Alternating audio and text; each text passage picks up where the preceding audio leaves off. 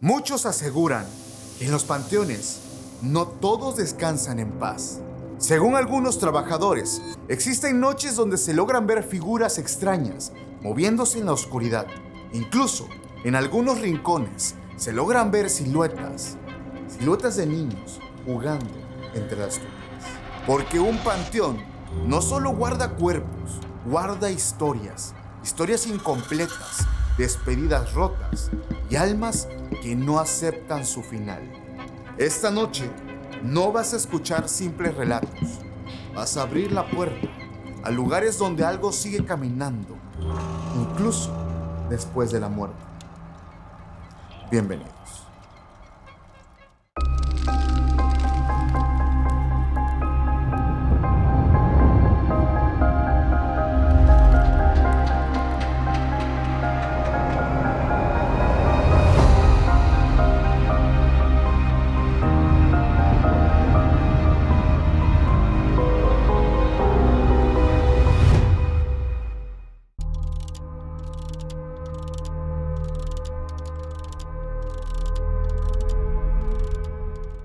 ¿Qué tal, familia? Sean bienvenidos a un capítulo más de Podcast Extra Anormal. Mi nombre es Paco Arias y estoy feliz de estar nuevamente en un capítulo para todos ustedes. Familia, estoy contento por muchas razones, pero sobre todo porque tenemos a una invitada muy especial esta noche. Una persona con mucha experiencia en el ámbito paranormal y que estoy seguro que todos o la gran mayoría de ustedes ya la vieron en algún momento en un programa muy famoso. Hoy me acompaña Luisa Cárdenas. ¿Cómo estás, Luisa? Muy bien, muchas gracias, Paco. Muy contenta de estar el día de hoy aquí compartiendo estas historias paranormales contigo y agradecida por la invitación a tu programa. Gracias, Luisa. Yo sé que mucha gente te va a reconocer en este momento, pero para aquellas personas que se están uniendo al canal, que no están muy familiarizados con el tema paranormal, me gustaría que por favor te presentes, quién eres, a qué te dedicas y por supuesto tus redes sociales. Gracias, Paco. Mi nombre es Luisa Cárdenas, soy medium y vidente de nacimiento. Hay quienes me dicen la brujita. No tanto, yo diría, porque no es que practique como tal la brujería. Simplemente mis terapias son mucho para ayudar a las personas a trabajar con su propio ser y ayudar en los procesos de duelo para hacer este cierre con los que ya no están, poder hacer ese último contacto y que ellos se puedan despedir, y tanto ayudas al espíritu que está penando como ayudas a la persona que no puede cerrar y a veces se viven como si estuvieran muertos en vida. Claro. Entonces es importante ese ritual y aparte pues tengo 19 años haciendo investigación paranormal. Uf, excelente. ¿Tus redes sociales, Luisa? Me encuentran como Luisa Cárdenas en todas las redes. Perfecto. Oye, el tema que vamos a hablar esta noche, y aprovecho para decirle a toda la gente, es un tema muy interesante. Porque yo creo que a lo largo de los años, a lo largo de la historia, los panteones, los cementerios, los muertos han sido causa de mucha intriga, sobre todo porque se menciona en ciertos escritos, incluso grandes grimorios, que hay trabajos que se hacen en panteones, en estos campos santos donde descansan tantas almas, pero que al mismo tiempo se convierte en un lugar como un portal donde suceden muchas cosas. Yo quisiera preguntarte, ¿tú qué opinas de todo esto? Fíjate que pasa un fenómeno bien interesante. De pronto dicen, el espíritu queda atrapado donde quedó el cuerpo, y esto no es así en todos los casos. Okay. Donde sí podemos asegurar que el espíritu muy probablemente esté en el panteón es en los casos donde la persona se quitó la vida. Es fácil jalar que el espíritu esté ahí y esté penando. Okay. Y donde le arrebataron la vida de una forma violenta. Cuando se conjuga cualquiera de estas dos situaciones, entonces sí podemos hablar o pensar que el espíritu está en la tumba, y es ahí a esas almas que están como, no almas, espíritus, porque es diferente. Sí. Alma y espíritu. A esos espíritus son a los que se les piden los favores para las brujerías y para en determinado momento dañar a alguien. ¿Por qué? Porque son espíritus que tienen mucha fuerza por el dolor, el sufrimiento con el que fallecieron y que estamos seguros que se van a quedar penando. las personas que mueren de alguna otra cosa, hay ocasiones que, por ejemplo, cuando fallecen en un accidente automovilístico o algo que es muy rápido, no entienden su proceso de muerte y también queda el espíritu literalmente penando, pero difícilmente se va a atar al cuerpo. Al cuerpo se atan cuando hay mucho amor a lo físico, entonces no se quieren desprender, no quieren soltar el cuerpo, y es a esos espíritus perturbados a los que llegas a encontrar en los panteones. Pero la mayoría de los espíritus es más fácil que se manifiesten en su casa, en su trabajo, en lo que ellos amaban y con las personas que ellos amaban. Ok, es que este tema va a estar muy interesante porque yo tengo información de muchas cosas que se hacen en los panteones y quiero decirle a toda la audiencia que está llegando que por favor apoyen mucho este episodio, dejen su like, se suscriban y comentarles que nuestra invitada Luisa ha guardado algo prohibido, algo que no va a estar en este podcast, que te invito a que también pases a visitarlo en nuestra página web www.podcastextranormal.com.mx. Allá te espero. Luisa, yo te voy a decir algo. Yo estoy en pañales en comparación contigo en este tema de investigación. Soy un aficionado, me encanta visitar estos lugares. Hay muchas cosas que suceden, pero me he dado cuenta de algo y me gustaría que me ayudes a confirmar esto. Honestamente, yo he visitado muchos panteones. En la gran mayoría no se siente nada, se siente paz, incluso tranquilidad. O sea, es algo, vaya, muy pacífico. Pero existe un porcentaje menor donde es todo lo contrario. Son panteones donde ahí ya encontramos trabajos de brujería, encontramos santería, encontramos frascos, encontramos pedazos de aluminio, que sabemos que dentro del aluminio siempre está, es como el método de protección del trabajo. Pero la gran mayoría de panteones son muy tranquilos. Pero el que es pesado, agárrate, es pesado. ¿Qué opinas de eso? Es que el que es pesado normalmente es porque está ritualizado. Entonces lo que abre un portal y atrae seres de otro plano, y podríamos estar hablando de un bajo astral, que ahí al que le están entregando el trabajo realmente es al ser que invocaron, no necesariamente al espíritu. Como bien mencionas, en la mayoría de los casos los panteones es un lugar de descanso, pero si este panteón tiene mucho tiempo y hay hasta áreas en específico, por ejemplo en la ciudad de Guadalajara, ya sabes que hubo las explosiones tremendas del 22 de abril, y entonces hubo muchos cuerpos que no reconocieron hasta, podría decir, pedacera de cuerpo, que hicieron una fosa común y ahí los arrojaron. Entonces imagínate la energía por lo que se hizo, que no hubo como un ritual, no tuvieron ese proceso de despedirse de sus familiares y todo esto. Entonces se crean situaciones específicas en algunos panteones que puedes decir, un área la siento muy muy tranquila, es más, hasta siento una paz interior y me siento bien, y del otro lado de pronto hicieron un ritual espantoso. Y entonces abrieron un portal que no cerraron, que dejaron ahí abierto para futuros trabajos, y es cuando llegas y dices, ¿qué está pasando aquí, no? Claro. Fíjate que una de las cosas que también se repiten mucho de los panteones es que en estos lugares se hacen pactos satánicos. Yo estaba leyendo un libro justamente que te habla que los pactos no solamente se hacen en cuevas, de hecho se pueden hacer en muchos lugares. Pero hay 3 lugares donde casi siempre se hacen los pactos. 1, en panteones. 2, en estos cruces de camino que son como donde pasa el tren. Y 3, en iglesias. Esto de verdad me sorprendió porque para que, o sea, yo por lo que entendí en esta lectura, se debe hacer, el pacto que se hace en una iglesia es todavía más fuerte que el que se hace en la cueva, que se hace en los caminos, que el que se hace en el cementerio. El que se hace en una iglesia, wow, porque primero, antes de que se haga el pacto, se profana lo santo.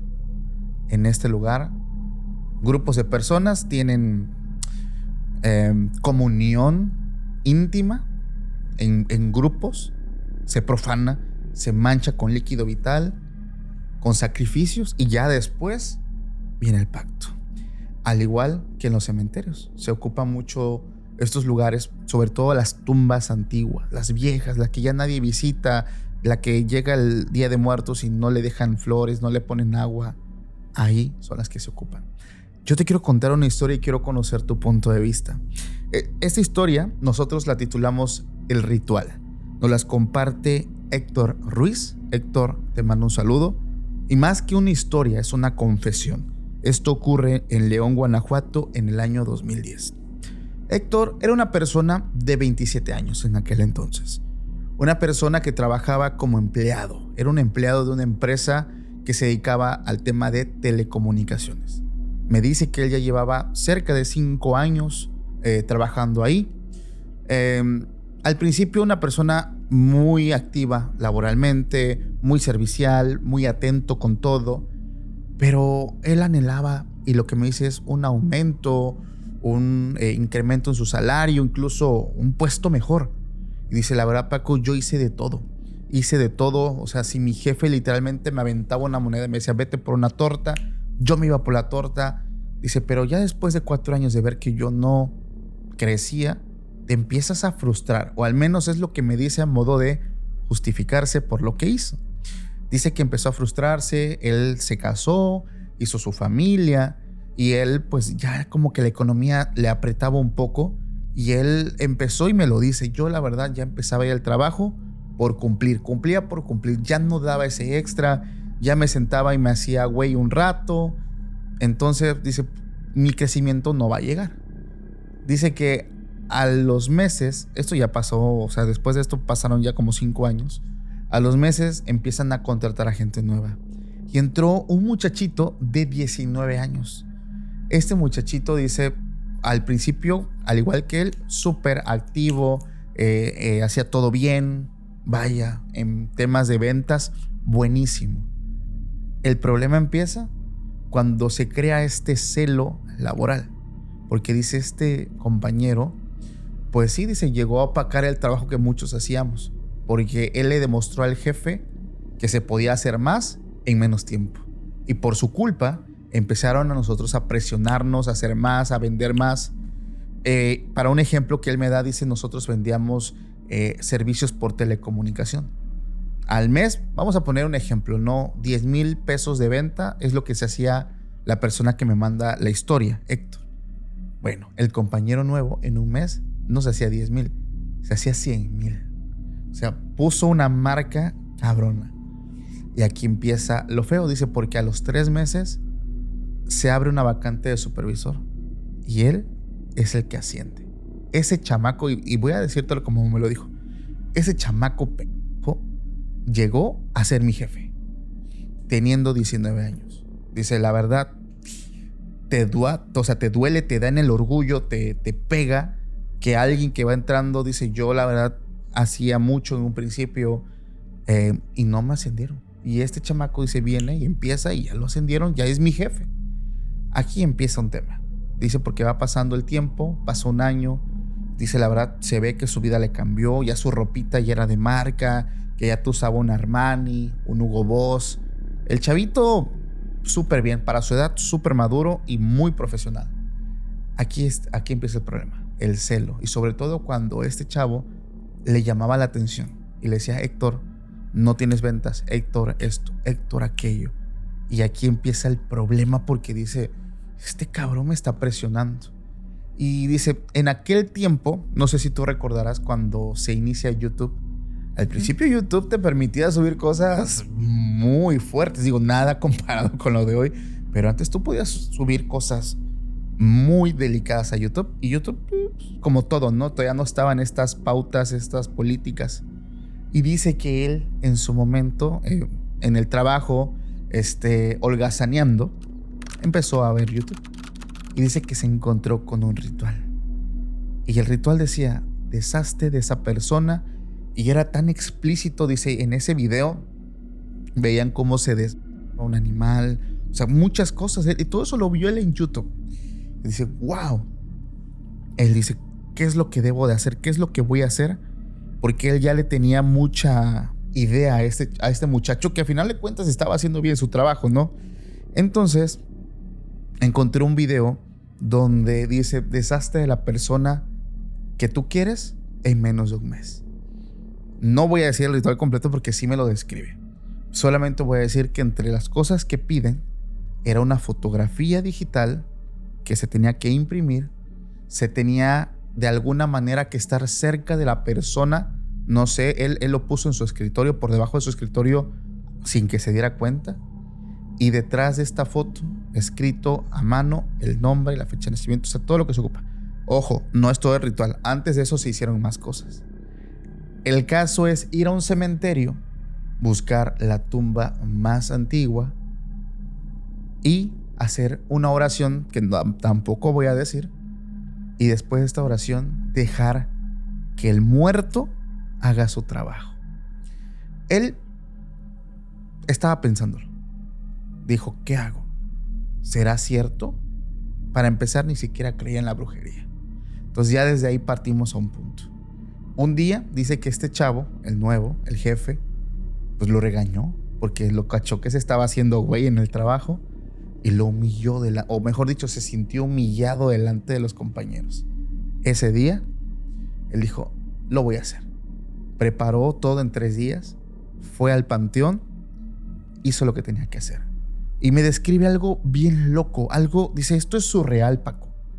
Cuando terminé, puse la fotografía en el piso, en la tierra. No hice un hoyito, nada, lo puse ahí. Dice, Paco, no me lo vas a creer. De la tumba salieron gusanos de estos blancos, de estos de cuando la piel se está pudriendo. O sea, dice, todavía no me lo explico cómo empezaron a salir y llenaron como que toda la hoja, la hoja con la foto, y como que la arrastraron adentro de la tumba. Delante de mis ojos, dice, los gusanos se llevaron la foto. Dice, yo me quedé sorprendido. Al día siguiente que me presento a trabajar, este chamaco no se presenta. Dice, no fue. No supimos nada, todos trabajamos. Dice, el día estuvo tranquilo. Pasaron los días, no llegaba y no llegaba a trabajar. Y pues empezaba el rumor de que a lo mejor algo le había pasado. Rumores de pasillo. Dice que habló con uno de sus supervisores, otro, de otra zona. Y le preguntó, oye, ¿por qué no ha venido el jefe, no? Ya lo extrañamos, todavía decía el desgraciado. Ya lo extrañamos. Dice, creo que está enfermo. Entonces, por ahí metió una incapacidad, no sé. Al mes se presenta. Súper delgado. De verdad, en un mes, una persona, pues yo no sabía, me dice, que una persona puede cambiar tanto en un mes. Delgado, demacrado, ojeroso, tosía a cada rato. Se veía muy mal. Y aparte, como que apestaba, dice. Este muchacho se vestía todo el tiempo, usaba perfumes, apestaba. Y dice, yo ya sabía que el trabajo estaba funcionando. Me enteré, dice, que a la semana su hijo, un hijo que tenía un bebecito, estaba grave en el hospital. O sea, como que todo se le empezó a complicar. Empezó a tener problemas en la oficina. O sea, muchas cosas se empezaron a poner muy mal para él. Dice, a los 3 meses, Paco, no fue como me lo prometieron. No fue al mes. A los 3 meses dejé de saber como tal de él porque lo despiden. Lo despidieron. Y al próximo que ascendieron fue a mí. Ya me dieron el lugar, y así lo piensa él, que por ley me correspondía. A los días llegó la noticia. Este ex jefe, este muchacho de, ahora 20 años, había muerto. Lo triste es que la forma en cómo murió, su familia no lo explica. Dice, a nosotros como éramos sus compañeros nos invitaron a su velorio. Dice, y fíjate lo que me dice esta persona. Yo fui porque la neta se me antojaban unos tamalitos y un café. Fue al velorio. Dice que cuando llega al velorio, ve a la esposa, una mujer joven, 22 años, un bebé, su hijo, que estaba huérfano, ve a su mamá y ve a su papá. En ese momento, cuando vio a la familia que le estaba llorando a este chavo que acababa de fallecer de una forma horrible, dice, toda la alegría y todo el gozo que yo sentía, dice, se fue. Empecé a sentir culpa cuando vi a ese niño, a ese bebé que estaba llorando y su mamá lo tenía en sus brazos. Iba a quedar, o sea, la idea de que ese bebé iba a crecer huérfano de padre, se empezó a generarme en mí como un sentimiento raro. Para algunos, remordimiento, arrepentimiento. Nosotros sabemos, y hago un paréntesis, que cuando tú empiezas a sentir esto, agárrate porque se te viene un karma muy fuerte. Se supone, y a ver, esto me lo han dicho muchos brujos, cuando tú haces ese tipo de trabajo, cero sentimientos. Eres una máquina de destrucción. Esta persona empezó a sentir esto. Y dice que a él le empezó a ocurrir algo. Dice que él empezó a soñar que estaba atrapado en un lugar pequeñito y él no podía moverse porque sentía como madera. Y poco a poco se iba aclarando todo y él se daba cuenta que donde estaba dentro de un ataúd. Dice, y empezaba a sentir cómo algo me subía por los pies, me subía por el estómago, por el pecho, y cuando él los veía hasta aquí, la cara, dice, Paco, yo soñaba con gusanos. Dice, los gusanos, era la sensación horrible, a pesar de ser un sueño, los gusanos se me metían por la nariz, dice, por los ojos, por los oídos, por la boca. Y dice, yo no me podía mover, yo sentía como esos animales entraban y salían de mi cuerpo, de todas partes. Dice, despertaba así todo mal, pero este sueño se repetía una y otra vez. Dice que empezó a dejar de dormir tranquilo, la falta de sueño le trajo debilidad, se le bajaron pues ahí las defensas, empezó a enfermar. No te voy a alargar tanto esta historia, Luisa.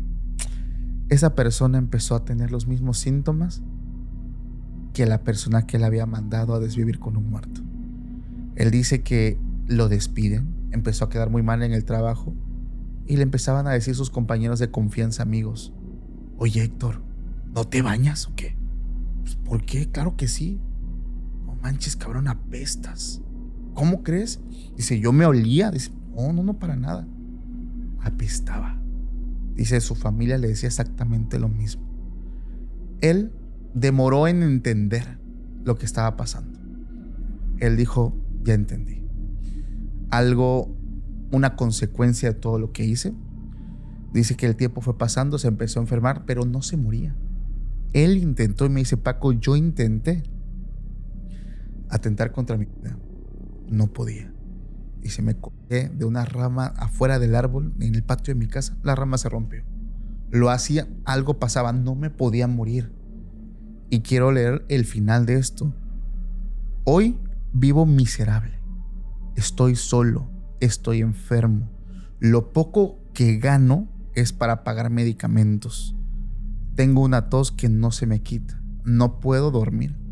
El dormir para mí es un infierno porque es soñar cómo esos gusanos empiezan otra vez como a molestarlo, a llenarlo del cuerpo, y solamente le pido a Dios que tenga perdón de mí, porque estoy arrepentido por lo que hice, sobre todo porque dejé a un niño sin su padre y a una esposa sin su esposo.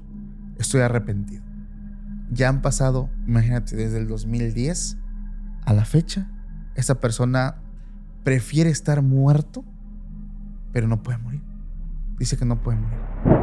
Ni va a poder porque tiene que pagar el karma por lo que hizo. Lo que hizo fue muy fuerte y desde un deseo muy mezquino, ¿no? Claro. Porque él mismo te describe que el chavo tenía todo el mérito para ganarse lo que ganó. Entonces, aún él sabiéndolo, y desgraciadamente es algo que se da constante, es envidia al éxito ajeno, no ven lo que le cuesta a la persona el trabajo, el tiempo, simplemente ven el resultado y dicen, ¿por qué yo no puedo tenerlo? Pues porque tú no te esfuerzas igual, porque no tienes las mismas características y demás. Sí. Y algo que mencionaste, Paco, es sobre los gusanos blancos. Cuando en sus casas vean gusanos blancos, inmediatamente es signo inequívoco de que les están haciendo algún tipo de magia oscura. Los gusanos estos que son como de carne humana, ¿no? Los que logramos ver, esos son. Incluso los que salen como en la fruta. Ajá. Si tú dejas echar a perder la fruta, que son como blanquitos. Ajá. El que haya gusanos dentro de tu casa es un signo inequívoco de que algo te están haciendo y que debes de tener cuidado. De repente me hablan y me dicen, oye, en un cajón que no había nada de alimentos, amaneció lleno de gusanitos blancos. Entonces dices, aguas, ¿no? Algo te están trabajando. En la noche no había y en la mañana amaneció todo lleno. Cuando es así, ¿qué tipo de trabajo es? ¿Trabajo de muerte? Sí, normalmente, pero pueden pedir tu muerte física o tu muerte en el trabajo o tu muerte al éxito o tu muerte en la pareja. De pronto decimos, oye, es un trabajo de muerte, sí, pero no todos los trabajos de muerte tienen que ver con una muerte física. Hay esa envidia de que dicen, la típica que tu mejor amiga dice, no, yo no quiero que ella tenga pareja para que tenga todo el tiempo para dedicarme a mí, ¿no? Ay, qué enfermo. Qué enfermo, pero lo hay. Claro. Entonces, ella te puede hacer un trabajo para que tú no estés como muerta en las cuestiones de pareja y no puedas avanzar en esa área en tu vida. Okay. Entonces, sí hay muchos tipos de trabajos, vaya, es que es muy fuerte porque nosotros nos hemos dado cuenta que uno de los sentimientos más recurrentes en una persona que va a trabajar a otra es la envidia. Casi siempre, digo, no es el 100%, pero yo sí le doy un 80%. Envidia. Ya el otro es un coraje, ya el otro es como un tema de venganza, pero la envidia para mí predomina en casi todos los trabajos. Totalmente de acuerdo contigo. Totalmente. Y hablando de envidia, hay algo que te quiero yo también compartir. Una historia de una pacientita que también tiene que ver con panteones. Okay. Resulta que esta paciente yo la atendía vía remota porque no vivía en la misma ciudad, entonces de repente pues hay casos que llevas vía remota, ¿no? Y entonces ella empieza a estar enferma. Ella tenía también un puestazazo en la industria alimentaria, era gerente de una firma grande y de pronto empieza a sentirse enferma, una debilidad. La enfermedad va avanzando.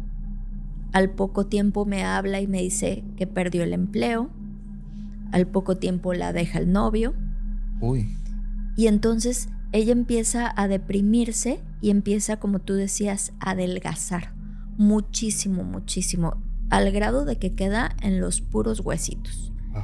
Y entonces ella decía, algo me pasa. Y efectivamente, cuando abríamos sus cartas le aparecía una obscuridad, ¿no? Pero como era a distancia, me dice, yo voy a tomar la fuerza necesaria para ir a verte, ¿no? Entonces pasa el tiempo y de repente se desaparece la muchacha, ¿no? Dije, no sé qué habrá pasado. Y después un día llega la hermana y me dice, oye, tú estuviste atendiendo a mi hermana. Fíjate que vengo en representación de ella porque quiere que la ayudes. Y le dije, sí, ¿qué ha pasado con ella? Pues ya no camina. Se le torcieron los pies. Médicamente la familia tenía bastante capacidad económica. Le empiezan a hacer toda clase de estudios y le dicen hasta la columna la tenía como desviada. Cuando ella no había sufrido una caída, no había un accidente previo que justificara el hecho de que hasta su columna se hubiera torcido y las piernas totalmente como si le hubiera dado una especie de polio. Okay. Entonces dices, no, pues algo hay que hacer. En esa ocasión ya me lleva la hermana la fotografía, empezamos a preguntar y aparece que efectivamente alguien del trabajo le había hecho un amarre en todos los aspectos de su vida, pero que realmente quería llevarla a la muerte.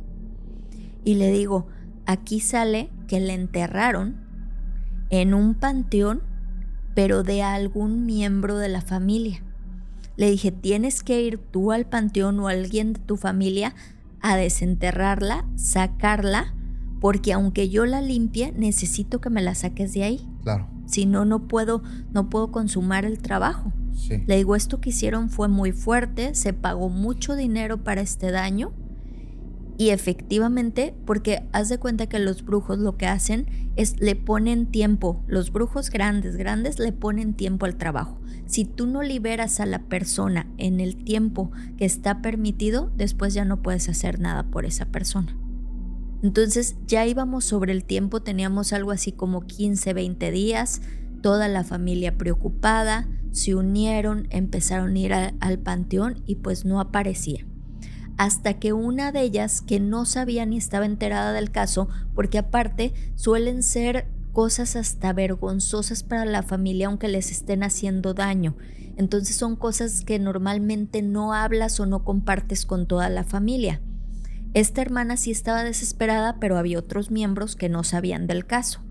Entonces a una se le ocurre ir a la tumba de la mamá y remodelar la tumba, ponerle plantitas, y encuentra un fetiche. Tenían como tal la muñequita con cabello de ella y con la fotografía pequeña en el rostro, y entonces ven que tenía alfileres en toda la columna y en las piernas. Ok. Ella no sabe qué hacer con eso, le habla, gracias a Dios, a esta hermana y le dice, eso es lo que hemos estado buscando. Dice, pues está en la tumba de tu mamá. Llegué yo y empecé a arreglar, le traje flores y quise sembrar macetas y lo encontré. ¿Qué hacemos? Pues ahí van sacaron la muñequita y me la llevaron. Y entonces se empieza a hacer un trabajo de despojo, de desalojo. Fue algo súper fuerte, porque algo que nos ocurre a los brujos es que si yo quito un trabajo, el que lo puso me va a venir a reclamar. Claro. No en persona, pero sí en parte astral. Entonces este brujo se hizo presente y entre nosotros se llama guerrear. Mides fuerza en el plano astral, Sí. Hasta que dices, suéltalo. O sea, ella no te echó nada, no te pagaron ni lo suficiente, tú ya lo hiciste, permíteme liberarla. Yo siempre intento como Mediar hablar bien. por las buenas, ¿sí? Ya. Es, ¿qué más te da? No es tu coraje, no es algo personal, tú Claro. ni siquiera conoces a la chica, por favor te pido que la liberes y nos evitamos el problema tú y yo. Liberaron a la chica, despojamos cada una de las agujas, se deshizo el trabajo, se quemó y la chica en cuestión de 15, 20 días volvió a caminar, volvió a su vida, le volvió la vitalidad, porque van perdiendo hasta el brillo en sus ojos, Así se van es. poniendo opacos y, como tú dices, otra de las cosas muy características, empiezan a oler a muerte. Sí. Y es algo tremendo. Entonces, gracias a Dios llegó, como te digo, a tiempo, pudimos hacer el desalojo, pero si no, seguramente esta chica hubiera muerto por la simple envidia y coraje de alguien más. Y curiosamente la habían enterrado al lado de su mamá. Eso, fíjate, nunca lo había escuchado, ¿no? El hecho de que te entierren en una tumba de un familiar, y sobre todo, ¿por qué tiene más fuerza? ¿Sabes? Por el lazo de sangre. Ah. Es como una burla a maldecir el linaje familiar, no nada más a ella. Claro. Entonces te maldigo a ti y maldigo a todo tu linaje. Y, por ejemplo, mencionas que, está interesante todo esto porque es... las guerras espirituales suelen ser muy fuertes. Habían brujos que me dicen, ¿sabes qué? Cuando me agarro con otro, por ejemplo, sobre todo, y digo con mucho respeto, pero así me lo dijeron, cuando son, por ejemplo, paleros o son santeros, o sea, es un poco más complicado. Y de hecho hay un dicho que ellos tienen, ¿no? Solamente un palero puede con un palero, solamente un santero puede con un santero. Pero, ¿cómo suele ser en tu caso cuando la persona te dice, no lo voy a soltar? Ahí te va, ahí es un poquito diferente. El bien no pelea. Ok. El bien da amor. Mandas amor y mandas luz.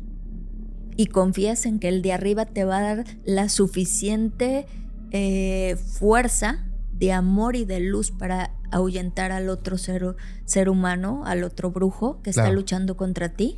Y se miden tal cual se miden fuerzas. Pero ellos ya sienten tu energía y dicen, aquí no puedo. Pero, no pero ya no es entonces tu energía, ya entra, o sea, literalmente el Eres favor. un canal. Sí, el favor ya es contra Dios. Contra Dios, así es.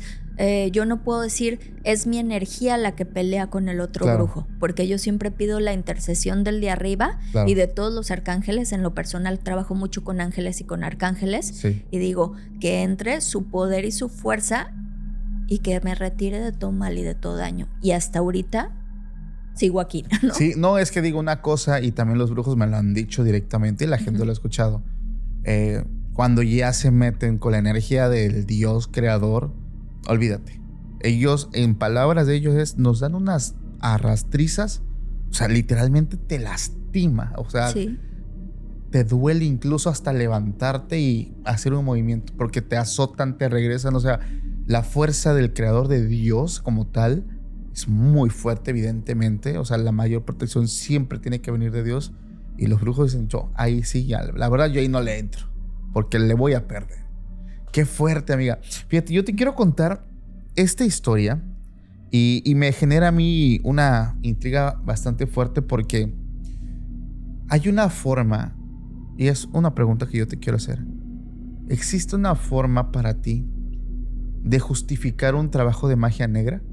O sea, decir, lo hice o sea, cualquier pretexto. ¿Para ti existiría un pretexto? No. A mí es falta de conciencia del ser humano. Esto me lo comparte una persona que no me da su nombre. Me dice, por favor, que sea totalmente anónimo. Para darle identidad, vamos a ponerle nosotros Pedro. Una persona que actualmente tiene 48 años. Pero cuando esto ocurre, él tenía más o menos unos 21. Y esto ocurre en Acayucan, Veracruz. Y pasó en el año 1998. Hace muchísimo tiempo. Él me dice que él era hijo de padres jornaleros. Vivían en una casa, en casa de la abuela, prácticamente mamá de su papá. Y aquí empieza un poco lo delicado. Eran varios hermanos. Y Pedro me dice que le tocó ver muchas cosas muy fuertes. Pedro era el mayor de todos. Él menciona que por alguna razón ellos vivían con su abuela paterna. La cuestión aquí es que en este núcleo familiar había mucha escasez, había pobreza, había de todo. Y su papá, que era jornalero, le encantaba mucho la bebida y por ende él presenciaba cómo su papá, al llegar de su jornada laboral, por cualquier cosa que no le gustara o que no estaba como él quería, le daba una madriza a su esposa, o sea, a su mamá. Él, y me dice, yo presenciaba cómo mi padre no solamente la golpeaba, y lo voy a decir y me lo van a censurar por acá, mi padre violaba a mi mamá todas las noches. Dice, eres un infierno, Paco, escuchar cómo tu mamá imploraba que parara, que la lastimaba, que le dolía, y escuchar cómo ella lloraba, pero su llanto era ahogado para no despertar a sus hijos, para que no se dieran cuenta que estaba pasándola mal. Dice, en una ocasión, yo molesto, dice, recuerdo tenía yo en aquel entonces 8 años. Me levanté y fui a su cuarto. Fue la peor decisión que tomé. Mi padre me golpeó tan fuerte que perdí el conocimiento. Yo desperté, dice, con mi mamá en el hospital. Dice, lo único que me consuela es que ese día esa bestia dejó en paz a mi mamá, por lo menos esa noche. Porque al ver que yo no respondía, pensaron que me había... Y él se fue, por miedoso agarró y se fue, se desapareció unos días. Es lo único que a mí me da consuelo, que esos poquitos días, dice, mi madre descansó. A pesar de que vivían en casa de la mamá de este tipo, él no era de, hijo, no peleen, no. Pega más duro. No es suficiente mujer para ti, es lo que le decía. Ella tiene que hacer lo que tú le pidas así.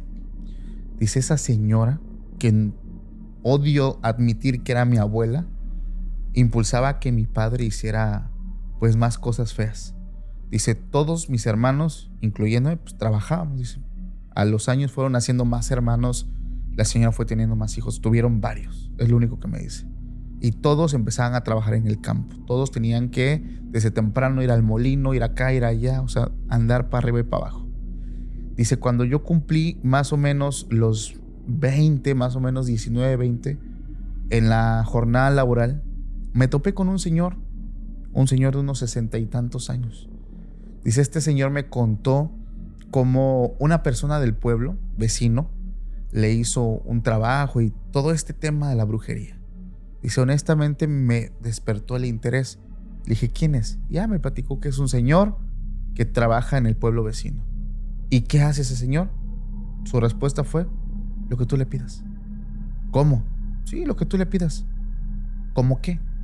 Pues puede traerte al amor de tu vida, puede hacer eso. O sea, como que empezó este compañero, este viejito, ¿no? Este señor, perdón, no se me ofendan, este señor. Lo que empezó a hacer este señor fue decirle, pues puede hacer todo lo que tú le pidas. Y dice que le dijo, ¿puede borrar a una persona de este mundo? Le dijo, sí, sí lo puede hacer. Y ahí fue donde se despertó como este interés de, ok. Dice que para él era un tema nuevo, nunca había escuchado como tal de trabajos de brujería, magia negra, todo eso, pero se le quedó el interés. Dice que él era muy católico, profundamente católico, y dice que una vez volvió a escuchar cómo su padre golpeaba a su mamá y cómo la abusaba. Dice que ese día él se hincó, en su cuarto había una imagen de la Virgen de Guadalupe, y él, siendo pues un adulto joven, entre comillas, 19 años, le dijo a Dios, déjame buscar a este hombre para desaparecer a mi padre y a mi abuela. Por favor, déjame ir, dame una señal. Y él me dice que cuando voltea a ver a esta Virgen de Guadalupe, él ve cómo le salen lágrimas. Dice, Paco, la imagen lloró. Para mí eso fue una señal. Dice, yo me puse a llorar. Todavía dice que recoge la lágrima con su mano, con sus dedos. Y él seguía llorando. Pero él lo tomó como una señal de que sí lo tenía que hacer. Va en busca de este señor. Habla con él. Y le dijo, sí, por supuesto. Y dice que le da como un muñeco de este tamaño, que tenía una forma muy extraña. Tenía como rostro de animal. Era un tipo de deidad, va rápido. Le dijo, mira, lo que vas a hacer es que vas a poner este muñeco debajo de la cama de tu papá y debajo de la cama de tu abuela. 3 noches en una y 3 noches en otra. Lo que tú vas a hacer después es, y aquí, o sea, el ritual otra vez no lo voy a decir, pero él tenía que recolectar cosas como cabello, uñas y sobre todo una prenda. Cuando ya hayan pasado las noches de velación, lo vas a envolver en la prenda y vas a ir al panteón. Vas a buscar la tumba más vieja y vas a hacer un hoyo y lo vas a enterrar. Esas personas se van a ir, te lo garantizo. Él pues puso este mono debajo de la cama de su papá y debajo después de la cama de su abuela. Él estaba decidido porque dice, Paco, todas las noches en mi casa era escuchar a mi madre sufrir, llorar, y este llanto, porque dice, yo escuchaba cómo ella se ponía sus manos así para que su llanto no saliera, para tragárselo. Y dice, yo ya tenía la edad de confrontar a mi padre, pero él le tenía tanto miedo. Dice, yo le tenía tanto miedo que cuando su papá lo confrontaba o lo regañaba, dice, yo me orinaba. Ya tenía yo 18 años y yo me orinaba. O sea, yo le tenía tanto miedo a ese hombre. Entonces él lo hizo. Dice que un día él iba llegando del pueblo y encontró a su abuela llorando. Su mamá no estaba llorando, estaba callada. Su papá se había quedado ahí trabajando, terminó su jornada, se dijo, pues me voy a echar unos tragos, mandó por cerveza, se emborrachó con el grupo de compañeros y ya ebrios empezó a tener como un roce con un compañero. Se dijeron de palabras. El otro compañero tenía al lado su machete y acabó con la vida de su papá. Ellos, dice que me cuenta que la abuela fue por el cuerpo de su hijo. Ahí estaba en el piso. Le había volado todo un brazo y aquí tenía el más grande. Eso fue lo que le arrancó la vida. Dice que su mamá, el día del funeral de su padre, su mamá nunca, no derramó ni una lágrima, pero tampoco estaba como feliz. Dice, mi mamá estaba hablando con todos nosotros, sus hijos, de que ya se quería salir de la casa de la suegra porque la señora, o sea, ya no la maltrataba el marido, ahora la maltrataba la suegra. Todo el tiempo no la bajaba de pupú, ya sabemos, no la bajaba de lo peor. Y todo el tiempo le decía, ¿cómo te haces pendeja? Ninguno de esos chamacos son mis nietos. Tú andas ahí de... Ellos no son mis nietos. Dice, y mi madre no decía nada. Se tragaba todo. Y él decía en su mente, esta vieja también se tiene que ir. Y sí, se supone que en algún momento la señora estaba en su fogón haciendo la comida y dicen que sus hermanos que vieron dicen que se agachó y se agarró así el pecho, se apretó así como el pecho y simplemente se cayó. Paro fulminante. Dice, yo estaba feliz. Mi mamá estaba ya en una casa que ya se le había quedado a ella la casa. Dice Paco, vivimos maravillosamente. Mis hermanos, dice, mi madre le regresó el brillo, mi madre sonreía después de tantos años. Nada podía salir mal, Paco. Era algo maravilloso el ver a mi madre feliz, el ver todo pleno.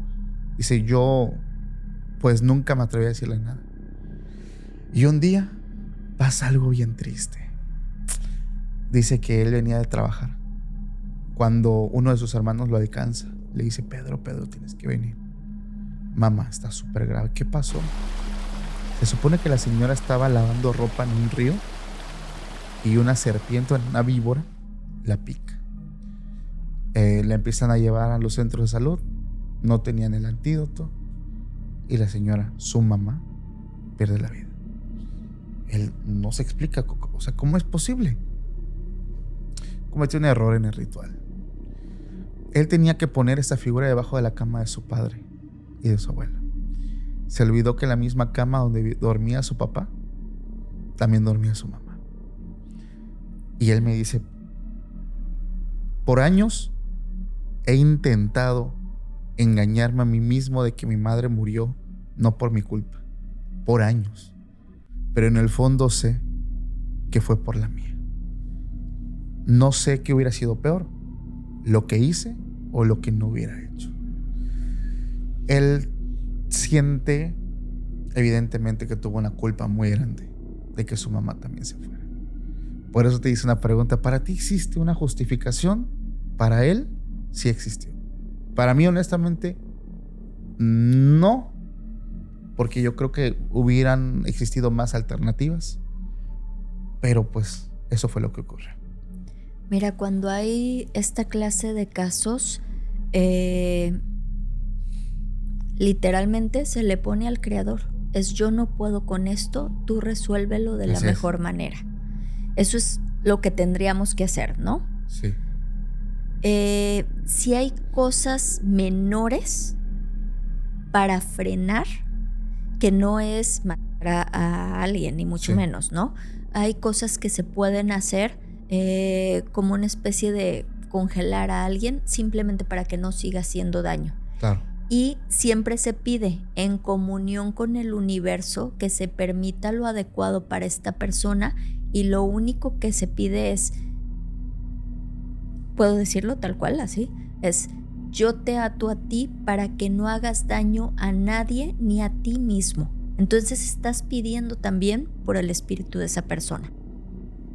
Y otra cosa que se hace mucho es tú hablas, todos tenemos un yo sabio. Entonces ese yo sabio, ese yo álmico, hablas con el yo álmico de la otra persona y le dices, esto que estás haciendo no está bien. Actúa sobre la conciencia humana de esta persona, sobre la parte física para que pare esto que está haciendo. Y a mí nunca me ha fallado. Wow. Hay un cambio completamente de entendimiento. Sí. Y a veces simplemente la persona no sabe ni por qué, pero se retira y se aleja. Híjole, es que, digo, yo leí esta historia, de alguna manera, sí me dio mucho enojo, mucha impotencia y de verdad es muy triste. Y me encantaría decir, ya no pasa, o sea, hay muchas mujeres que hoy por hoy están viviendo este infierno, pero también, justamente como lo mencionas, que tengan mucho cuidado, o sea, acabas de dar una forma y una fórmula impecablemente correcta, que es, lo dejo en tus manos, hazlo. Y puede pasar, o sea, como sea, tú estás diciendo, yo no puedo con esto, pero tú sí puedes. porque esto que él hizo, a final de cuentas, fue manipular la energía, pero una energía oscura, una energía densa. Y nosotros sabemos, y lo he contado, que muchas veces este tipo de tratos o convenios es como un contrato muy mañoso con letras negritas chiquititas, que muchas veces no leemos. Y por eso te pasa lo que te pasa. Y hay algo bien importante. Aquí estaba trabajando en línea directa, que línea directa es línea consanguínea. También hay ciertos rituales Sí.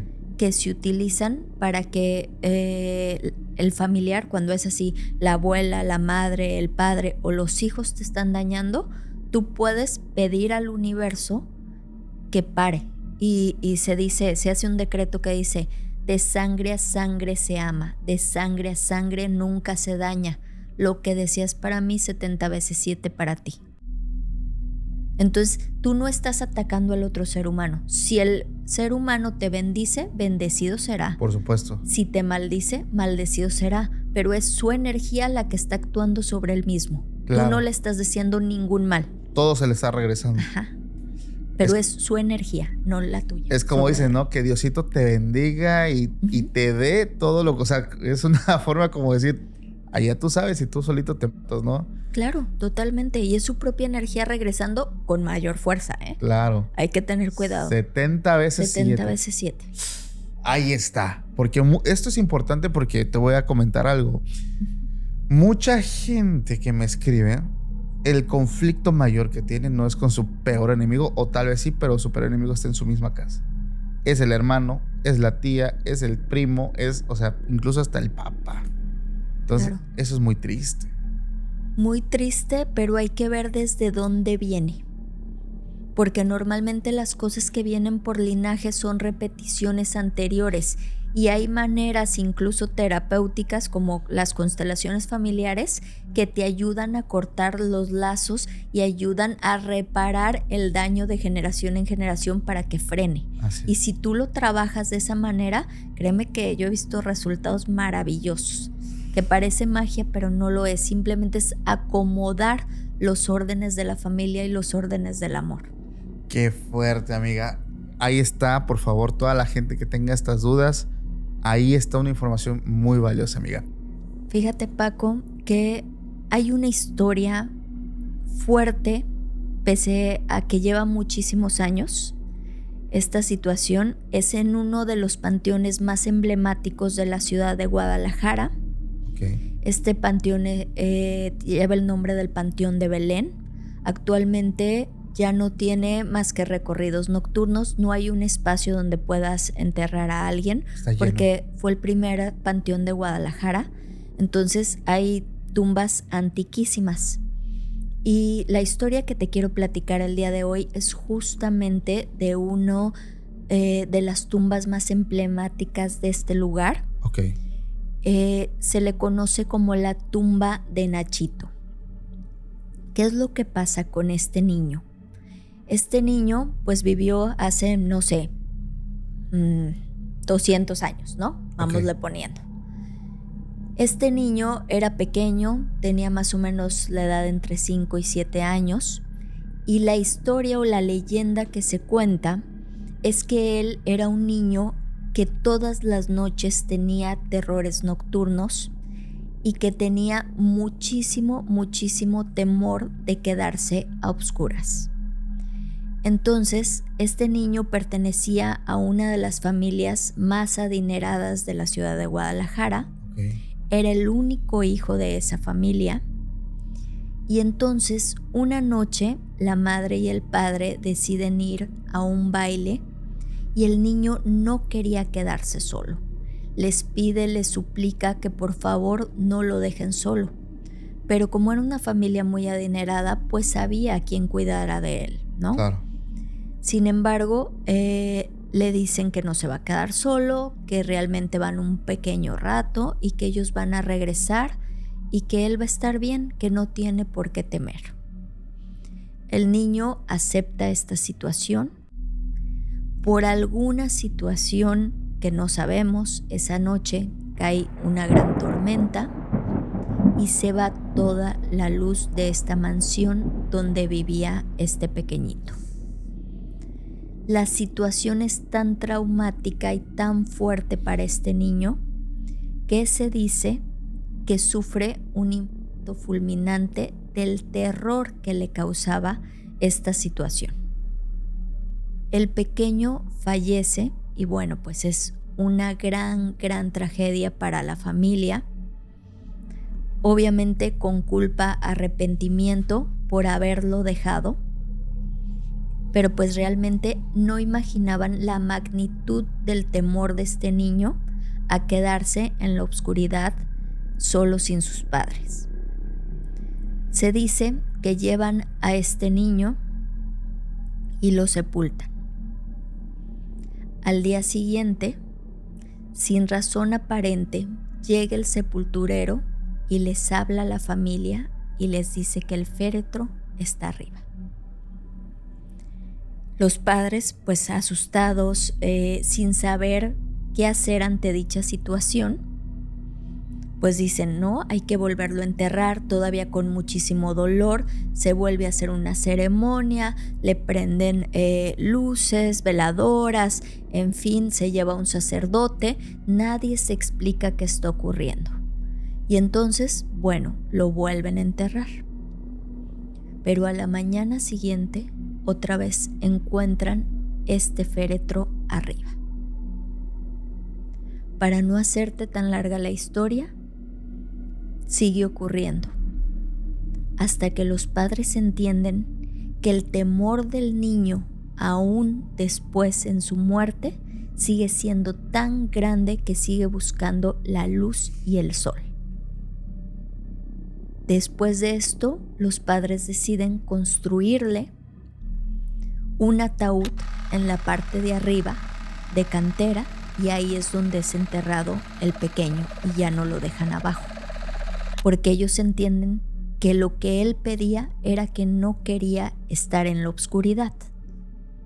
Pero si esto es demasiado, pues abrupto, fuerte ante nosotros, lo que sigue siendo peor es que parece ser que este niño no ha descansado. Hoy en día es uno de los lugares más visitados, Sí. donde la gente va y le ofrece chocolates, carritos, juguetes. Tú llegas y cada X tiempo, cada 6 meses, limpian la tumba de todos los objetos que las personas van y le ofrecen a Nachito, el cual se ha convertido como en un santo no santo, pero en el cual las personas siguen alimentando esto y siguen creyendo, y hay quienes dicen que Nachito ha sanado a sus hijos, que Nachito les ha hecho milagros, y van y le siguen ofreciendo cosas. Ahora, nosotros hemos ido a investigar y déjame decirte que se han logrado capturar ciertos audios donde el niño se escucha reír alrededor de la tumba por las noches, y esto es diario, el día que tú vayas, no hay un día en específico. Lo oyes reír, los carritos empiezan a mover, los juguetes, o luego te paras junto a la tumba y te jala el vestido o te jala la ropa, y normalmente el audio que se escucha o es la risa o te pide algo.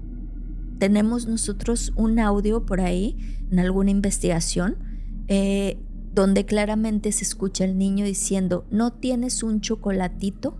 Pidiéndolo. No. Entonces es súper escalofriante, y ha habido gente que dice que se ha tomado fotos y que el niño aparece en la parte de atrás o al lado, o lo ven jugando como un espectro, y que todavía hasta la fecha pues este niño parece no descansar. ¿Tienes esa evidencia que nos las puedas compartir, Luisa? De hecho, les mandé fotografías de perfecto. la tumba. Las evidencias te las quedo debiendo porque me tengo que echar un clavado a todas las investigaciones. No, sí, me imagino, son a muchísimas. tratar de encontrar parte de la investigación o los audios para mandártelos. Pero sí es algo súper fuerte. A ver, aquí me genera mucho una duda, porque no sé si tú has escuchado. Se supone que los niños, y más en la edad de Nachito, pues van para pase directo al cielo. Eso es lo que se cree. Ajá, es lo que se cree. Pero yo lo que también llego a creer, y es mi criterio y me puedo equivocar, es de todas estas personas que lo alimentan, que le dan ofrendas, se puede también crear un egregor. Claro, totalmente. Entonces llega literalmente otra energía y ocupa toda la energía que la gente le está dando, se fortalece. Porque en su momento yo había leído esa historia y créeme que ya se me estaba olvidando, de verdad la recordé. Y tengo entendido que, por ejemplo, los panteoneros de este lugar lo han visto. Y para ellos es ya lo más normal del mundo ir caminando y ver a un niño justamente como escondiéndose en la tumba de Nachito. Sí, claro. Dicen, es Nachito, ahí está. Pero te lo dicen en su momento una persona entrevistó a un panteonero y te lo dicen con una naturalidad, así como de, ya lo escuchamos reír, de repente le dejan pelotas y la pelota se empieza a mover sola. Digo, es una historia que honestamente como padre me pega porque, o sea, pobrecito niño, o sea, de verdad, pobrecito, le tenía tanto miedo a la oscuridad, se quedó solito, la tormenta, los truenos, de por sí los truenos, a veces a los adultos les da miedo los truenos. Ahora imagínate un bebé, o sea, de verdad, me pone muy triste esa historia, es muy triste, amiga. Y la otra parte, ¿tú qué consideras que es lo que se manifiesta? ¿Crees que es realmente él? Fíjate que la leyenda, porque es eso, es una leyenda. Sí. La tumba está como tal. Sí. Pero la historia real dice que hay un Ignacio efectivamente enterrado, pero que no murió de niño. Aunque el féretro que hay en la tumba arriba es de un cuerpo pequeñito, es como tanto así. Ok. Entonces, yo sí creo que se ha formado lo que tú bien dices, un egregor, y ha sido tan fuerte durante tanto tiempo que se ha fortalecido. Claro. Y el niño se ve, porque me ha tocado verlo, Ajá. se ve como de época. Claro. O sea, Totalmente. Trae un chalequito. Sí, es muy curioso y te pide cosas y te pide ofrendas. ¿Ha hablado contigo? Sí, pero no una conversación como tú y yo lo tenemos. Nada más haz de cuenta que dice alguna frase. A mí me tocó que me dijo en una ocasión, ¿qué haces en mi tumba? Okay. Y luego corrió y se perdió entre las tumbas. Wow. Entonces normalmente un espíritu sí busca que tú lo ayudes. De hecho, yo esa vez intenté acercarme y le dije, oye, quiero trabajar contigo. Yo no me quiero ir. Aquí déjame. No quiero nada. Cuando alguien te dice así, empieza a sospechar que no es un espíritu. Porque la mayoría de los espíritus lo que quieren es luz y que los ayudes a trascender. Claro. Entonces, o está desde la oscuridad o es algo más. Híjole, es que yo sí que considero, digo, con todo lo que he leído, que sí puede ser justamente una energía que evidentemente está súper a gusto porque se está, mira, alimentando a manos llenas, le dejan ofrendas, juguetes, chocolates, carritos, o sea, le dejan flores, velas. Es impresionante el culto que hay hacia él, ¿eh? De verdad es impresionante. La gente de verdad lo considera como si fuera un santo. Ya justamente había leído de una mujer que creo que tenía cáncer y fue a la tumba de Nachito, se hincó y le dijo, cúrame. Y a partir de ahí mucha gente le ha estado pidiendo cosas y literalmente, digo, no oficialmente por la iglesia, ¿verdad? Pero por los lugareños y las personas, sí es San Nachito, prácticamente. ¡Guau! Totalmente. Qué buena leyenda. Me gustaría agregar algo que mencionabas tú hace rato, que se cree que los niños no se quedan porque efectivamente pues ellos no tienen pecados, no tienen malicia y trascienden inmediatamente. Pero sí hay situaciones que atan al espíritu. Por ejemplo, hay niños que fallecen sin saber qué es la muerte. No tuvieron ningún acercamiento dentro de su vida.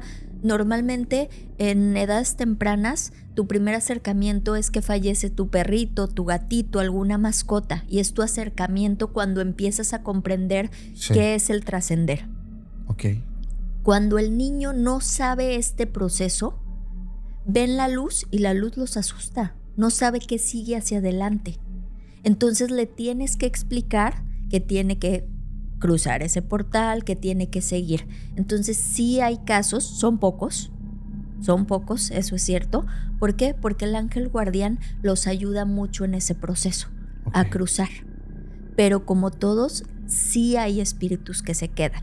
Ahora, tengan mucho cuidado por ahí, porque la fase favorita del maligno de representarse es precisamente en un infante, para ganar tu confianza y que te acerques y poder atraparte.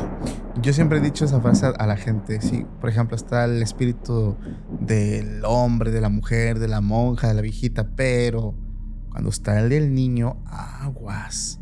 Porque ese, cuando se aparece, es para mandarte al otro mundo, ¿no? En muchas ocasiones, porque justamente como tú lo comentas, pues generas empatía, generas ese sentimiento de pobrecito, ¿no? Algo muy fuerte. Fíjate, yo te quiero preguntar algo. ¿Tú consideras que la medalla de San Benito, por ejemplo, se puede usar para cosas malas? Todo símbolo tiene doble significado y sí lo puedes llegar a utilizar invertido.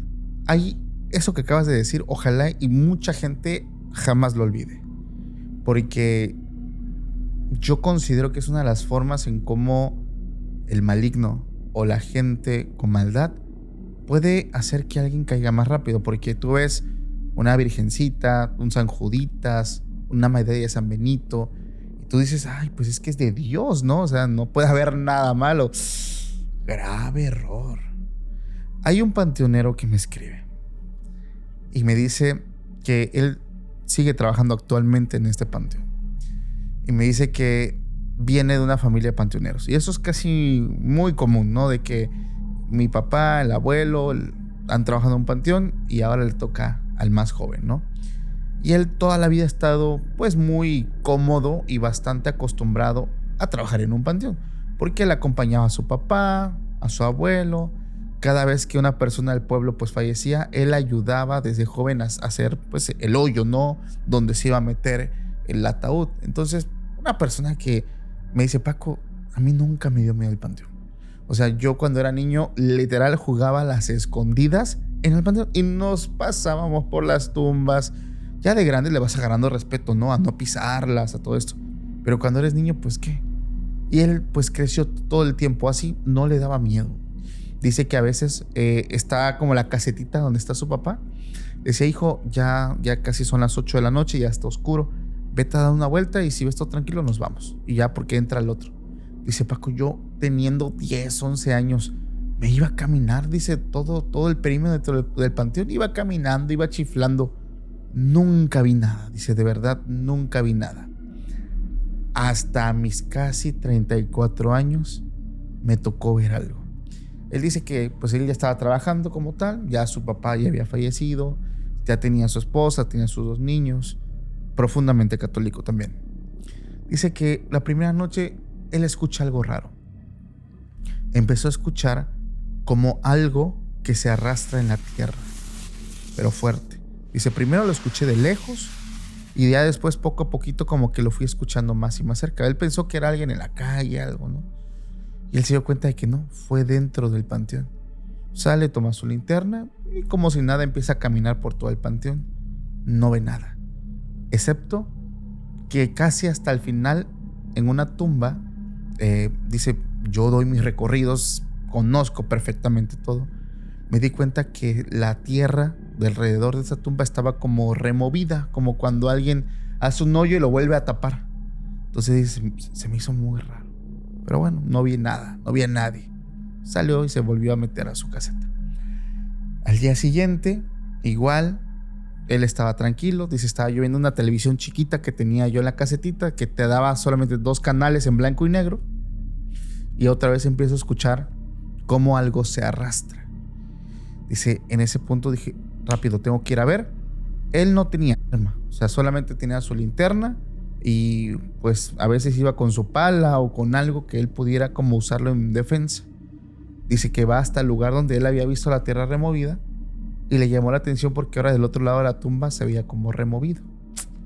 Pues, ¿qué es? Él estaba como indeciso de decir, voy a escarbar, voy a ver, a lo mejor Algo que sí, dice, me contó mi papá, decía él, es que llegan los brujos y entierran cosas. Dice, pero la verdad ya era tarde. Dije, no, mejor mañana temprano lo veo. Al tercer día, él llega y está con esta idea de tienes que ir a usar la pala y ver qué hay, ¿no? Y dice que se le fue olvidando hasta que vuelve a escuchar otra vez este ruido como de que algo se empieza a arrastrar. Él dice que rápido jala su pico y va hasta donde estaba esa tumba. Dice que a lo lejos ve algo y lo quiero describir. Dice, Paco, estaba como a 50 metros. Estaba ya anocheciendo. Vi a un ser como de 2 metros, pero estaba encorvado. Estaba así encorvado. Sus manos las tenía como en esta posición y tenía el cabello largo como si fuera mujer. Negro. Dice, cuando yo hago el hey, ¿quién anda ahí? Con la linterna. Dice, esta cosa brinca al otro lado porque hay una barda, pero con una agilidad sorprendente. Y ya no lo vi, dice. Lo que primero pensó que era como una persona agachada. Ya después, dice, lo vi como si fuera un perro. O sea, era algo amorfo, era algo raro. Y nuevamente llega y la tierra estaba removida. Dice, a esa hora, dice, sintió como preocupación, pero agarró su pico y empezó a hacer en la tierra, a escarbar con su pala. Y dice que encuentra nada más y nada menos que una medalla de San Benito. Él conocía perfectamente la medalla.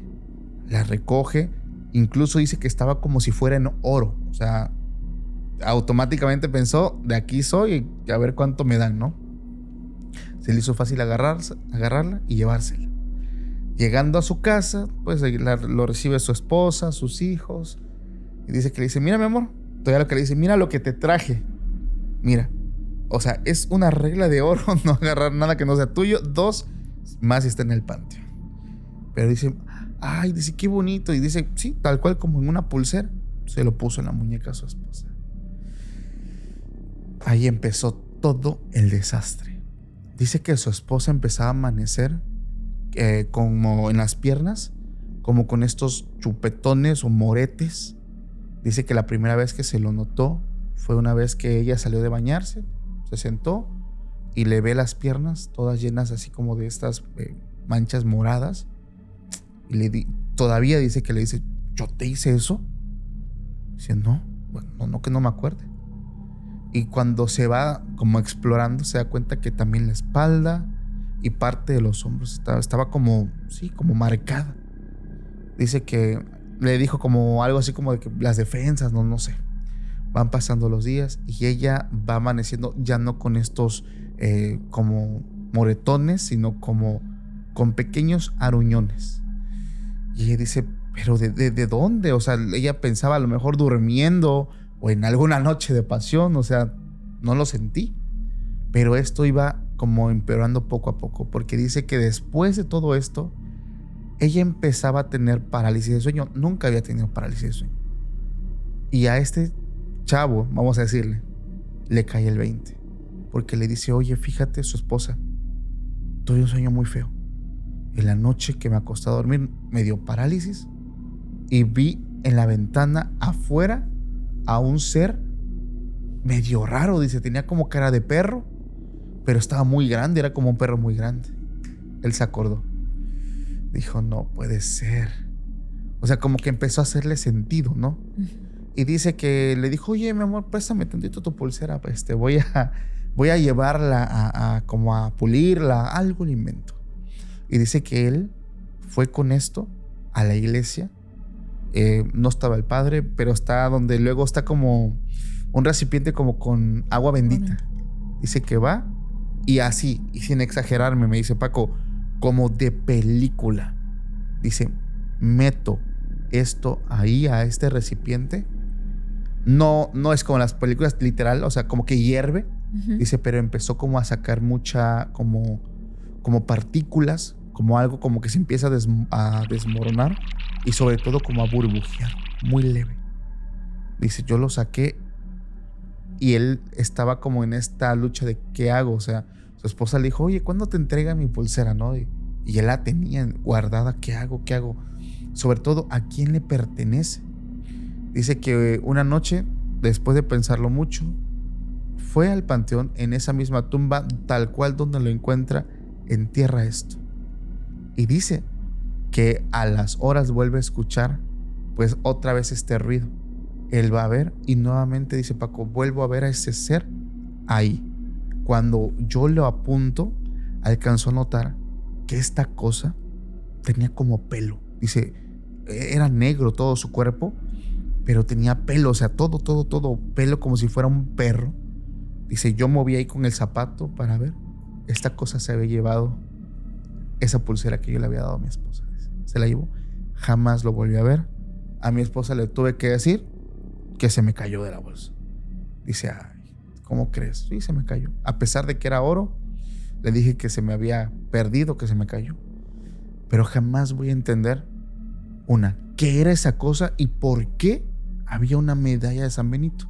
Dice, yo me imaginaría una Santa Muerte, un diablo, y lo digo con mucho respeto, pero es lo que él me menciona. Pero ¿por qué una medalla de San Benito? Es la primera vez que él me dice que por años vivió algo en un panteón. ¿Tú qué opinas, amiga? Pues que ellos se burlan incluso de los objetos sagrados. Y tú hace rato lo mencionabas, los rituales más fuertes son los que se realizan sobre una iglesia o sobre un camposanto. Así es. ¿No? Como burla, y hay una profanación y un sarcasmo, se puede decir, ante las protecciones. Y para mí lo que había ahí era un nahual. Es que a mí el tema de los nahuales me fascina porque es tan misterioso, tan popular, pero al mismo tiempo como que no hay pruebas suficientes de decir, pero en todas las culturas del mundo existen los nahuales. ¿Tú crees en los nahuales? Sí, totalmente. Fíjate que mi sueño guajiro, y lo vuelvo a decir, es entrevistar en algún momento a un nahual. Mucha gente, te voy a decir algo, me ha enviado correos donde dice, Paco, yo te lo consigo. Dice, pero obviamente va a ir en su forma humana. Claro. Y aparte, digo así, sí. Y yo lo he llegado a decir y lo vuelvo a remarcar. Estoy dispuesto, y ojalá llegue la persona correcta, a pagar dinero, 100,000 pesos, si yo puedo presenciar una transformación. Y lo vuelvo a lanzar, Yo necesito ver eso para como terminar de convencerme, porque digo, sí lo creo, pero al mismo tiempo digo, pues es que se habla mucho y a lo largo de la historia y como que ya no hay nahuales o algo así. Pero nuevamente vuelvo a decirlo, si alguien conoce uno, mándeme un correo, extranormalpodcast@gmail.com, y les pago esa cantidad si me permiten verlo. Ahí está, ya te voy a contar más adelante, amiga, qué es lo que me dicen. Ok, me parece muy bien, Paco.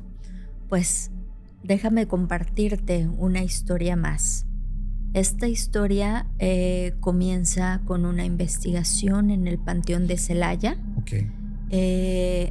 Ya fue de manera independiente. En ese entonces yo tenía una camarógrafa mujer y una compañera que co-conducía conmigo, también mujer, ¿no? Y entonces decidimos internarnos en este cementerio. Y como tú dices, no teníamos como muchas expectativas, pero bueno, había habido varios llamados. Normalmente nosotros acudimos a los lugares por los llamados de la gente y claro, lo que nos cuenta sobre el sitio, ¿no? Y entonces decían que se escuchaban lamentos, que bueno, que había sombras, que algo sucedía en ese panteón. Vamos ingresando y algo que me llama mucho la atención es que empieza a hacer un calor. Normalmente sientes los lugares fríos. Así es. No calientes. No, aquí era un calor que de verdad, o sea, de tenerte que estar limpiando el sudor, porque era impresionante. Pero nada más, o sea, era muy curioso porque cruzabas la puerta de este panteón y era hacia adentro. Pero en la parte de afuera, tú salías y estaba haciendo hasta frío. Okay. Entonces sí decías, pues desde ahí está como raro, ¿no? La historia. Total, que cuando las personas que nos dieron el permiso y todo, les digo, ¿nos acompañan a dar el recorrido? Nadie se quiso quedar. Me dijeron, no, o sea, yo te di el permiso, pero yo no, ni de loco entro ahí, ¿no? Entonces nos quedamos las 3 mujeres solas, la que llevaba la cámara y la que conducía.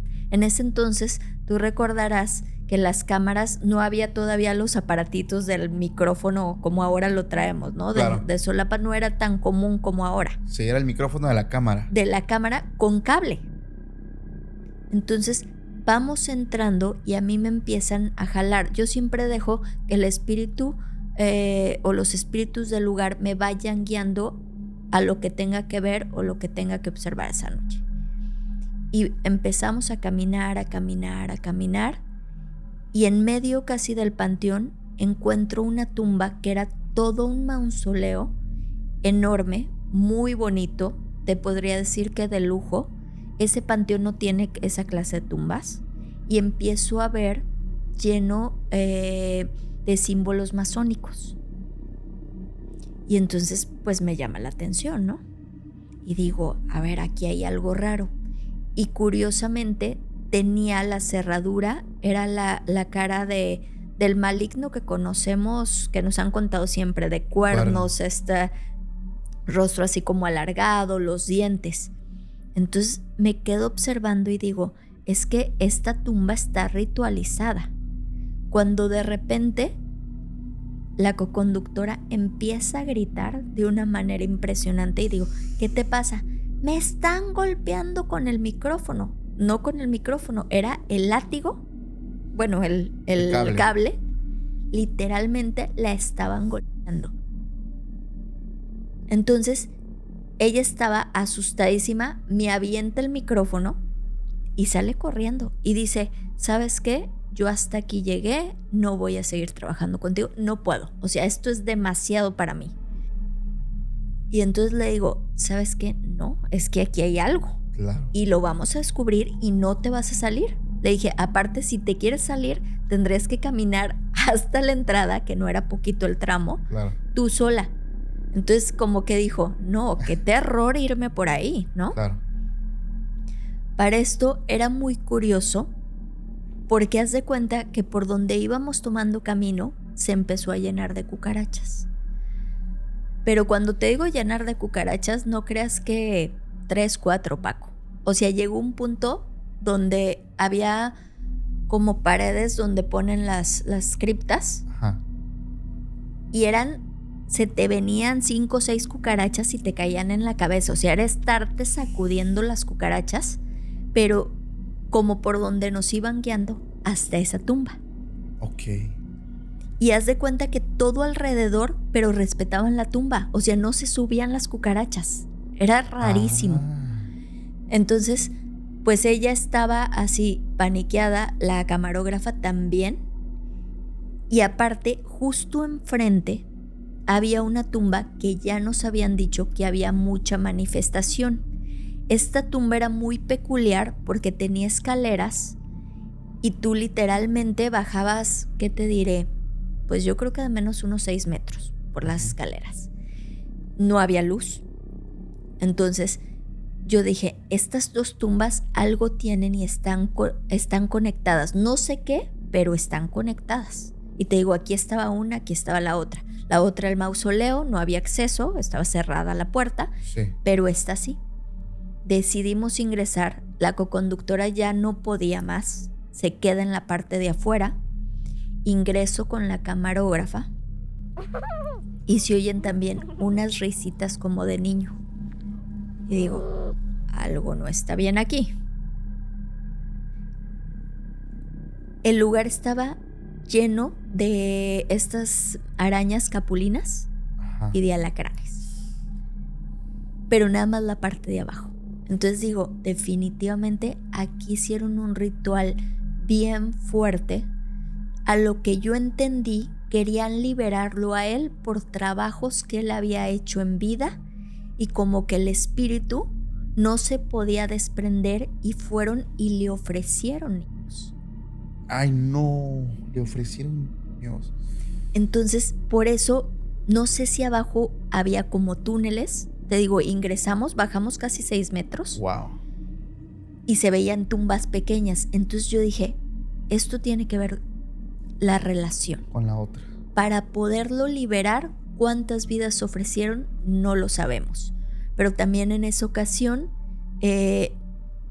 Sale esta chica despavorida porque empezamos a oír risitas, los animales, en fin, había mucho estrés entre el equipo. Y le digo, bueno, vamos haciendo la última cosa. Ya no pueden grabar porque el miedo no se los permite. Toma unas fotos. Porque a veces las fotos es donde te alcanza a salir la evidencia. Lo que no puedes captar en video, tú lo sabes. Claro. En fotografías. Empezamos a tomar fotografías y cuando llegamos esa noche al hotel, ¿cuál va siendo nuestra sorpresa? Que en las ventanitas salen niños asomados. ¿Tienes esa foto? Déjame buscarla y sí, te la busco, porque estuve buscando la investigación. Te digo, esta fue de menos hace 15, 16 años. ¡Wow!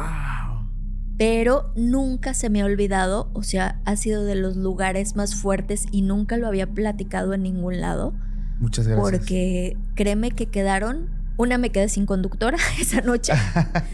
Y la camarógrafa también, o sea, no duró sin dormir no sé cuánto, porque fue impresionante llegar y todavía eran de las cámaras primeras que habían salido, que todavía eran digitales, pero viejitas.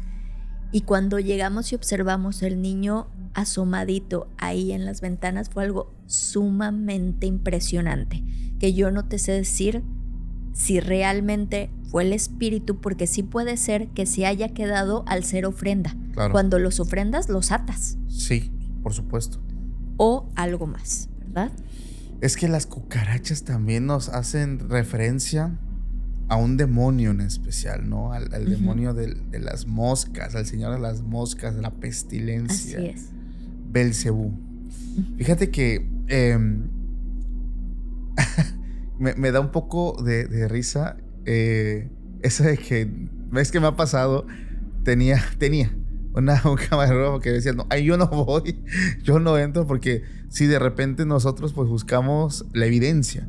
Claro. Y a mí me pasa algo porque yo llevo el teléfono, o sea, las cámaras van grabando, pero hice un ejercicio con una cámara, logré conseguir una cámara digital de estas de hace 15 años para foto. No sé por qué. No me lo pregunten, no, o sea, estoy tratando de entender por qué. Pero con esas cámaras es más fácil captar un fantasma, un espíritu, que con el celular. No sé por qué. Y más todavía, te voy a dar otro tip y salen más baratas. A ver. Las cámaras que sacan fotos instantáneas. No hay nada mejor para capturar una evidencia de fantasmas que esas. Es que algo, yo siempre lo he dicho, algo tienen estas cámaras, no sé, el lente, el sensor, no sé, tal vez el de nuestros teléfonos, sí, también, pero como que tienes que esforzarte mucho más, pero las otras cámaras, las chiquitas o esas que tú dices, o sea, eso me lo han dicho mucha gente, con eso captas, ahí viene la evidencia. Eso me parece sorprendente. Wow, qué plática acabamos de tener, amiga. Yo te quiero agradecer mucho por darnos esta plática. ¿Cómo te la pasaste? Muy bien, muy bien. Me voy yo también así pensando en las historias que nos platicaste. Realmente es un mundo que no me deja de sorprender, Paco. Porque cuando crees que ya has visto todo en todos estos años, salen cosas más fuertes, y los que nos gusta este tema, te vas enamorando y cada vez hasta te vuelves adicto a la adrenalina, ¿no? Así es. Amiga, muchas gracias, antes que todo, por aceptar la invitación. De verdad, muy agradecido, muy honrado de tenerte aquí en nuestros estudios. Para toda la gente que llegó al final, que ya disfrutó todo el episodio, por favor, recuérdanos redes sociales. Me encuentran como Luisa Cárdenas en todas las redes. Gracias, muchas gracias, amiga. Te quiero agradecer mucho. Gracias también a toda la audiencia que llega hasta el final de los episodios, que ya saben que les agradezco mucho a toda la familia del podcast que llega al final. Les mando un fuerte abrazo, una enorme bendición, y sobre todo, recuerden que esta plática no termina aquí. Hay esa segunda parte, hay esa historia maldita que estará en nuestro sitio web. Te invito a que también te des una vuelta por allá, www.podcastextraanormal.com.mx. Si te atreves, allá te veo. Hasta la próxima. Chao.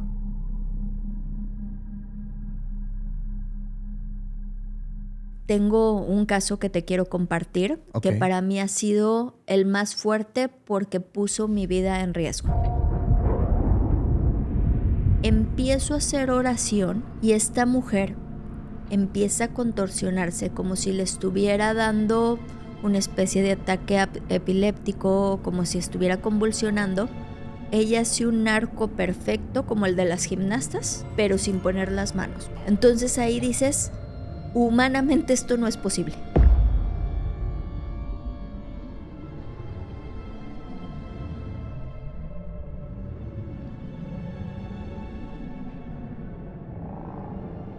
Yo alcanzo a ir, el golpe fue muy estruendoso y hago esto y me tapo la cara. Entonces corto todavía la cicatriz y una astilla se mete aquí, que esta herida, que es la pequeña, fue la más peligrosa. Ahí pasa la vena. La vena. Una cosa es luchar contra otros brujos, otra cosa es quitar trabajos, Claro. quitar espíritus que no pertenecen, ayudarlos a pasar, y otra cosa es meterte con entidades demasiado bajas.